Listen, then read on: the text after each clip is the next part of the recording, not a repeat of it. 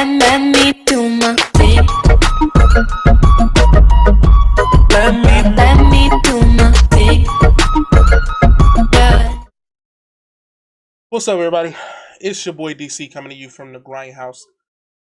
Welcome in the Hater Nation. What we're going to talk about today is it's not Trash Talk Tuesdays, and I called it Game 3 and Game 4 in the description simply because it's in the spot of Game 3 and Game 4, and I wanted to make this video for you guys and just help you understand.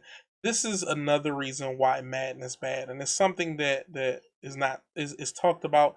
The system is pay to play, but the reason that it's pay to play and what bothers me about that it's pay to play is there's no middle ground in the game. So if the matchup comes up, and the way it works and the way the programming works that they've done is that this game is about matchups. So if you have a really good matchup going against a terrible player, he's going to win that matchup. If you have a really good player going up against a solid player, he's going to win that matchup. If you have a really good player going up against a really good player, and if that really good player on his side is better than your player, no matter how good he is, he's going to win the matchup. When they tune this game, there isn't much middle ground in this game. And this is why pay to play is bad. We get that it's pay to play, and it is bad, but sometimes it's really bothersome. And what really gets me with the pay to play system is that they will make your guy absolutely stupid, or they won't make them block, or they can't hold a block. What happened in the game in 3 and 4, which was game 3, I'll end up losing, was he QB contained my guy on the outside. Now, my guy on the outside was a gold, and his guy on the outside was not a gold. So what happened was is a lot of the every time I went to drop back in the pocket, he was getting beat several times.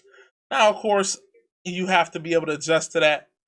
But in running a new scheme, it's a little bit different. I think coming up, if I am getting beat, I may have to switch to a different scheme. So I think we're going to attack this a little bit different. I'm going to have a quick passing scheme and a long passing scheme. That way I can get rid of the ball a little bit quicker. Running a mini scheme is a kind of hard because if it doesn't work, I don't have anything to go to. So that's the biggest problem with running a mini scheme. And of course, you know that because someone can adjust to learn what you're doing, especially if you go up against a good user. They're going to be able to figure out what you're doing very quickly because it's a mini scheme. You're not running too many plays. So I'm going to have a backup to go to that's a little bit quicker. Because, I mean, like I said, he came off the edge. I got sacked 3 consecutive times. One, I wasn't able to get out of the pocket. The second time, I wasn't able to get out of the pocket. The third time, I sat in the pocket, and he just came around. And it was nothing I could do. I didn't have the time to throw the pass. So definitely got to get better. Should have ran the ball a little bit more. But I got to have a secondary mini scheme to go to. And this is, like I said, this is another problem in the game, is that they are requiring this game to be a lot harder. So they're requiring more from you. Yeah, I could have went out and I could have ran different plays in the playbook to beat the guy.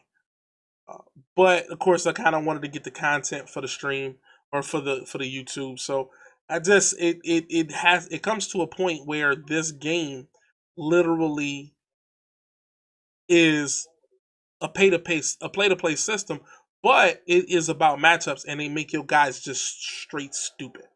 You know what I'm saying? Guys coming out and they missing tackles wide open. The guy just looks at them and he just watches them go right around. Or the blocker comes to the outside and he blocks completely nobody.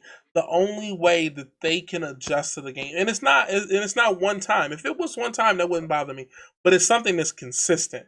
And the only way they can adjust this game to saying that matchup is better than your matchup is to make your guy stupid.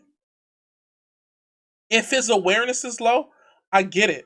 But what they don't know how to tune it properly. Only thing I would tell them is go back to check the gameplay in 2014. The gameplay in 2014 was nothing wrong with it. It played absolutely incredible. Why would you change it? To me, you should just advance the graphics, advance the skin on the way that it looks, improve tighter gameplay on some of the things, but make it a difference. Or make it, you know what I'm saying, keep what is working. Keep it realistic. I mean, if you look at some of this stuff, man, it's like a gymnastics show out here. It's like gymnastics. It's literally like gymnastics. You see guys flipping all over the place. You see dudes doing incredible hits, incredible hit sticks. Things do happen in the game, but I mean this stuff is Looney Tune as hell. And it needs to be stopped. Hopefully they improve it, but they probably won't. Why will they? People are buying their product. Why change it? People are spending more money in this game than they have ever spent before. So why change it? Why go back to something that it used to be? I played another guy and I lost 20-10. He wasn't good. His team was better than mine. Headhunter gotta be better and more sound in my scheme. Still working out my offensive bugs. Defense was pretty solid. We was able to lurk him a couple times and shut him down, but offensively, I threw a pick six, and you can't be throwing a pick six. I mean, that's pretty much the game when you talk about I lost 20-10. I don't throw a pick six, or I'm sorry, it was I think it was yeah, it was 20-10. I ended up throwing a pick six. He got me on a pick six, which was my fault. Got to figure out the offense, but like I said, some of this is the game just bothers me so much. So that's pretty much it, man. I wish I could have brought y'all game 3 and game 4. We still working out the offense, but that is what it is. This is your boy DC. Always remember, embrace the hate and hate everyone.